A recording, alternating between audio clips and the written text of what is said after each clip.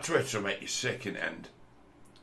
I'm quite a new user of Twitter. I saw it as being just awful, but it's now that you don't just get banned and it isn't all regulated, it's now just a free-for-all. So as a free-for-all, it's better than it was before, where it were all controlled and everyone was getting banned all the time for upsetting people. But it's not good for you. I'm not saying that it needs to be banned or shut down or anything like that. I'm saying it ain't good for you, because it gives the media a better run at gaslighting. I always, my thing about Twitter when it first came out, I'm like, stay away from that. Why? Because it's a weapon of mass destruction. And people are like, what? And I'm like, it's a weapon of mass destruction. You just have to get some idiot like Obama to start mouthing off on it, and the word gets all the way around the world. And then it became an echo chamber for the left for years, and that made it worse because they were just actively gaslighting. But now it's free for all. So, as a free for all, it's become a disinformation platform. So it's easy to hoax loads of people. We know about this. It's been going on, haven't we? Yesterday afternoon, it had been started at about 2 o'clock in the afternoon, these rumours going round that there was going to be a far-right march in Bordesley Green, Birmingham. And I'm like, I used to work for a firm that were based there. There's not going to be a march there.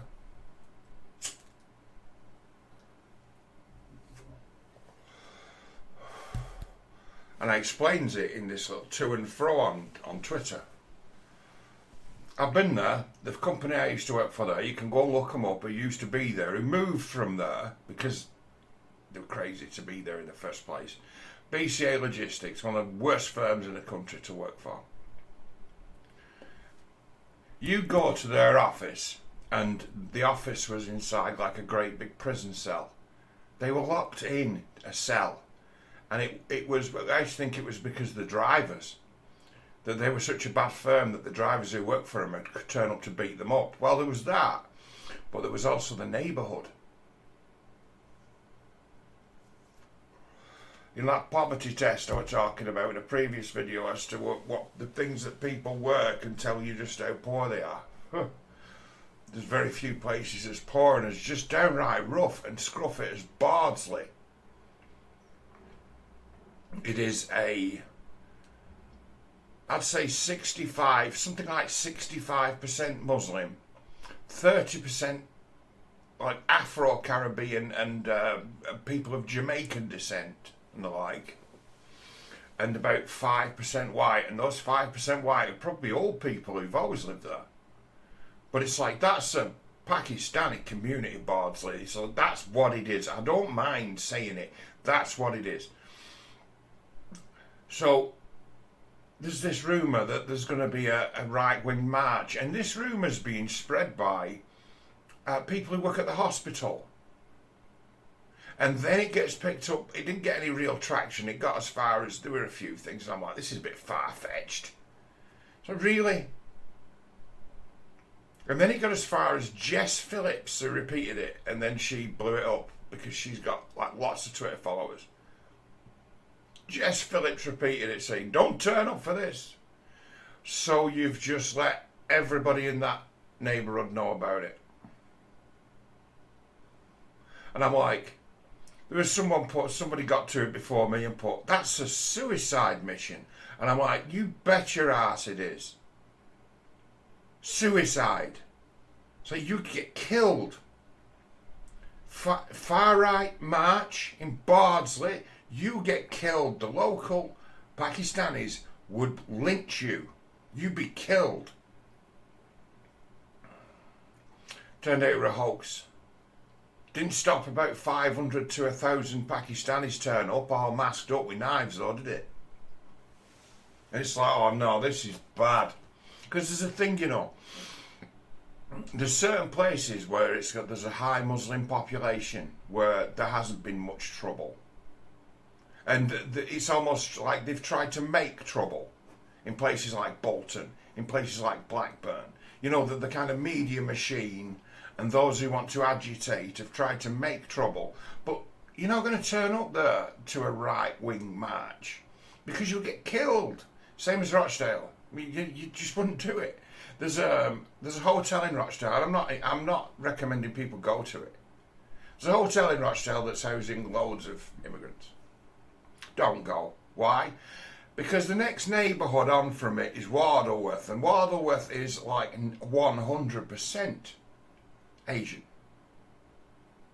So you can't really go around there. You're going to get harassed because it's like that community's got its street thugs and criminals and gangsters too. We've spoken of them before. They're a problem. These maniacs who drive around at night at 70 and 80 mile an hour in 30 mile an hour zones and end up in Aldi and end up in restaurants and end up smashing into pubs and end up dead driving. Well, it's their neighbourhood. You don't go there. Right? You don't go there because it's like as peaceful as the people might be, and personally I know a good few of them, the kids are in the street are a problem. They're rough as fuck. So you wouldn't go there. I'm not saying it's a no-go zone. I'm saying you wouldn't go there.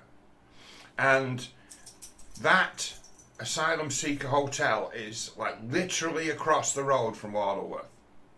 So it's like, if people were to turn up to protest that hotel, they'd be beaten half to death.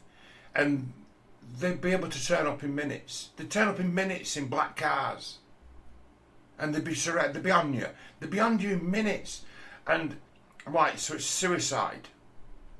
It's suicide to have a far-right demonstration in a neighbourhood like that. You would just get blasted. You'd be lucky to walk out with your life. He's not helping. Hey! Hey, come here.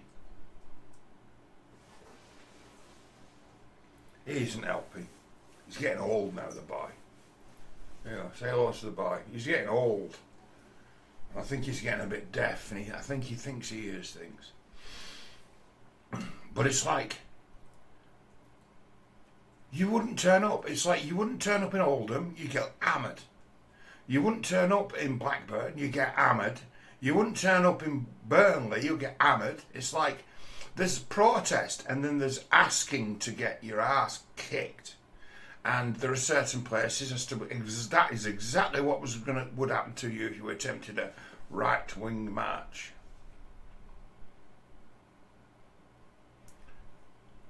But the hoax got passed around. The hoax was spread by a leading member of the Labour Party. And there you have it. So then there's all these clips coming in, starting around tea time on Twitter, of a gathering in Birmingham. And it's like, whoa, this is bad. This is hairy. Where are the police? Where are the police? The news cameras turned up, but they were soon told to hop it, get out of here. So they left. So there's one report from Sky about it, and they took it off the air because of all these young Muslim youths all swearing at the camera. So they stopped it. They suddenly stopped it and then made assurances that the reporter had security, because it got immediately hairy. And it's like, in the background of the Sky broadcast, you can see that this mob are armed. They are carrying melee weapons. And then you get some maniac, Brummy Voice, broadcasts a video on Twitter, him and his AK-47. Fucking kill you, you idiot, I'll fucking kill you. Fucking dead. So, have a look on The Guardian. I like to use The Guardian because The Guardian is the voice of the Labour Party. It's what you're allowed to know. It's what you're allowed to know. Those are the official facts are always on The Guardian or the BBC. The BBC have written one paragraph about what happened last night in Birmingham. One paragraph, and it doesn't mention that the protesters were Muslims, it basically paints it as if they were far right. Although it says that it was a hoax, there wasn't a march, but they just talk about protesters. They don't say who the protesters were. The Guardian, one paragraph. Mostly peaceful, it's now dispersed. And you look at what was going on with the videos on Twitter, and these videos were being put out by the protesters, the people who were there. And it's like, this is really ugly, this is fucking mayhem, this could get out of control. And you can guarantee it'll be worse than how it was portrayed. There's a couple of really awful videos of where packs have broken off from the main group and started to just hunt down white people in Birmingham. And it's like, there was no need for this to happen. There was no right-wing protest planned. This is a hoax. Another hoax. But who spread the hoax? The Labour Party. It's like things are getting out of hand because of the confirmation bias and just dull-headedness of people like Jess Phillips. Just confirmation bias. If they're told a load of right-wing thugs are turning up, they will believe it and they will rebroadcast it. So it's like she's been knocked up with a lie. She's been knocked up. Knocking people up is, oh God. Back in my previous existence on the internet, I used to like knocking people up. If I could, I'd want them to repeat my words, and to make them look stupid. I would deliberately knock people up. Deliberately knocked up Sargon more than once. If you could trick them into playing your entire video on their channel, you've knocked them up. I used to do that. It's a test. You know, it's like, have you got a major confirmation bias? Yes. Okay, let's exploit it. And it's like these Labour lot are absolutely just soft touches. Then once he repeated that rumour that there were Muslim women getting acid thrown in their faces, that was just made up shit. 3 or 4 repeated it. So it's like they're whipping up a mob. But we're not talking about that on the media, aren't?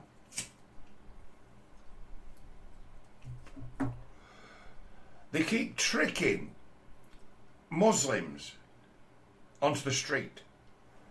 And I mean tricking. With hoax, bullshit, made up shit. Nick Lowells of Hope Not Hate, he repeated that about Muslims having acid thrown in their faces. And then there's they say that thing that happened in Stoke where a couple of people were stabbed. Saw the video of that. Can't show it you because YouTube wouldn't let me, but it's on Twitter. And apparently that didn't happen. The police deny it happening. I said, well, the police saw it. They were there. They just let it happen. No, doesn't fit the narrative. Gone. Right? This what's going on not fitting the narrative and not getting reported on. This is making matters worse. The information that's coming now that's available, even to just the likes of me with Twitter, is getting pretty alarming. It's getting bad, and our betters have decided that we're just too much like children to know the truth. That is them censoring, trying to diffuse a situation, but it will actually make it worse because they lie and it'll just further erode the trust in the government and the media. Further erode the trust. So it'll lead to more hoaxes. It will lead to more violence. But they're not smart enough to understand that because they're all knowing, omniscient, wise, aren't they? Then they can't be wrong. So we've got a problem now with narcissistic people in power being knocked up with confirmation biases and rebroadcasting hoaxes, and then not talking about what happens, not talking about the repercussions. It's like, that's a perfect fuck up. That's a perfect situation for things to get much, much worse. And they don't see it because they can't be wrong.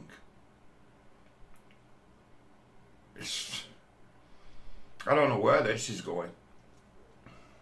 I can't see it stopping, because the powers that be are making it worse. There is no two-tier policing, Mr. Starmer tells us. There is none. And to say so is insulting. And it's like, do you want video evidence of it? Videos can be faked. There is no two-tier policing. And as long as it continues, everyone gets to see it, everyone loses a little bit more faith, everyone then gets the notion as to say, hey, maybe I should hit the street, maybe we need to do something for ourselves because the police are not going to help us. And suddenly we've got this cycle of violence, as to where now the Labour Party have activated, with the rhetoric, have activated gangs of what you could call far-right Muslims. The force that they're really afraid of have started to take to the street. The reason they don't talk about that is because they're afraid of it. That's what they're most afraid of. Muslims in the street in large numbers will bring this country down, and they've always been afraid of that. That's why they're treated with kid gloves. That's why there's two-tier policing, and they're actually making it happen. Assurances by Keir Starmer that the Muslim communities will be protected. It's like, as far as I'm concerned, only in a very limited sense of the Muslim communities even been targeted.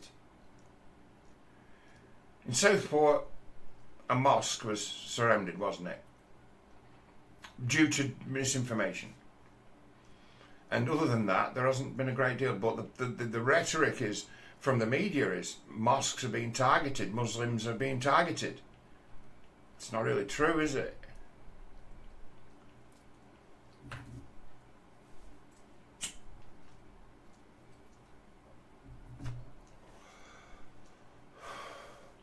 In a few cases it's true, isolated, but that's the narrative that they're saying all Muslim communities being targeted.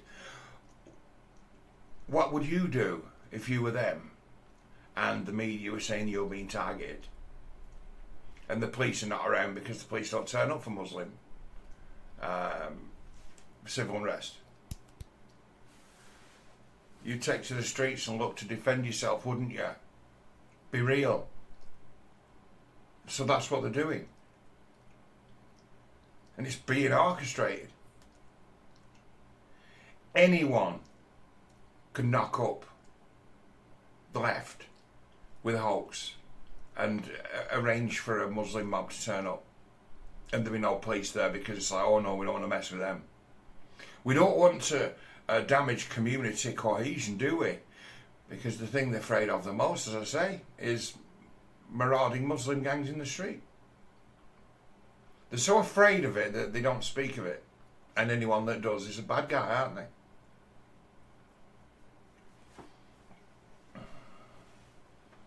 And this mindless violence, I'm sick of hearing that. It's not mindless violence, it's violence. Those people who are out, they know exactly what they're doing. It's certainly not mindless violence. It's orchestrated. They're there on purpose. So this endlessly using the words mindless violence, there's no such thing as mindless violence. Either do it or you don't. But we have to pretend that people who've reached for violence are not human. This is another problem. This is another idiocy that's going around that's going to make matters worse. It's like they can't help but fuck up because they're idiots. And it's going to continue because they're not going to change. Can't be wrong.